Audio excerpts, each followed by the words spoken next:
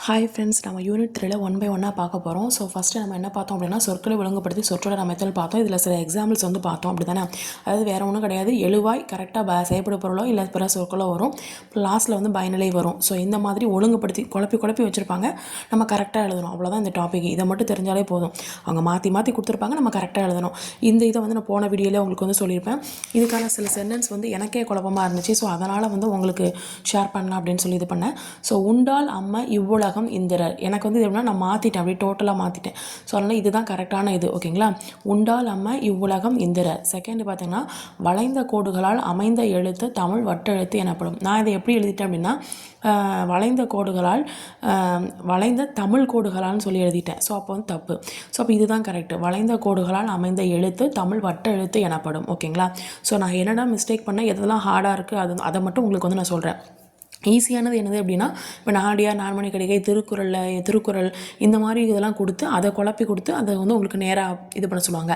அது உங்களுக்கு ஈஸியாக கண்டுபிடிச்சாலும், இது மாதிரி கஷ்டமானதை மட்டும் நான் உங்களுக்கு சொல்லிடுறேன். ஓகேங்களா.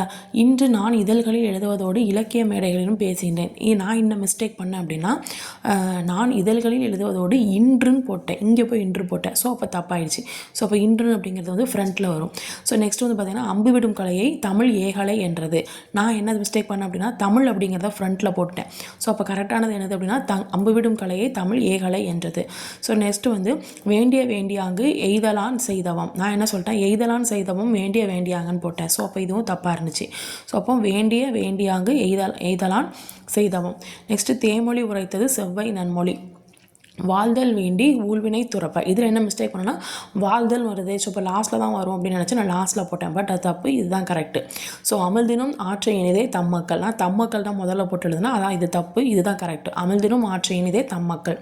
அப்புறம் பாட இந்த ஓடை எந்த பள்ளி சென்று பயின்றதோடி அப்படின்னு கேட்டிருக்காங்க. நான் என்ன சொல்லிட்டேன் அப்படின்னா, நான் இது லாஸ்ட்டில் போட்டுட்டேன். இந்த ஓடை பாட இங்கே போட்டுட்டேன். ஓகேங்களா. ஸோ அதனால் அது மிஸ்டேக் ஆகிட்டு. ஸோ பாட இந்த ஓடை எந்த பள்ளி சென்று பயின்றதோடி. நெக்ஸ்ட் சுடர் ஆலியான் அடிக்கே சூட்டினேன் சொல்மாலை. ஓகேங்களா. ஸோ இதில் நான் அப்படியே டோட்டலாக மாற்றிட்டேன். சொல்மாலைங்கிறது ஃப்ரண்ட்டில் வந்துட்டு. ஸோ அப்போ நல்லா பார்த்துக்கோங்க, இந்த மாதிரி மிஸ்டேக்ஸ்லாம் நீங்கள் பண்ணக்கூடாது அப்படிங்கிறதுக்காக நான் இந்த சென்டென்ஸை நான் எடுத்துகிட்டு வந்திருக்கேன். மற்றதெல்லாம் உங்களுக்கு புக்ஸில் அந்த மாதிரி கொடுத்து தான் கேட்டிருக்காங்க. பட் இனி வரக்கூடிய எக்ஸாமில் உங்களுக்கு சேஞ்சஸ் வேறு எதுலையாவது கூட எடுக்கலாம். பட் நமக்கு பேசிக் இதுதான், இந்த டாபிக்னால் இதுதான். அதாவது சொற்களை ஒழுங்குபடுத்தி சொற்றொடர் அமைத்தல் அப்படின்னா இதுதான் பேசிக். ஓகேங்களா.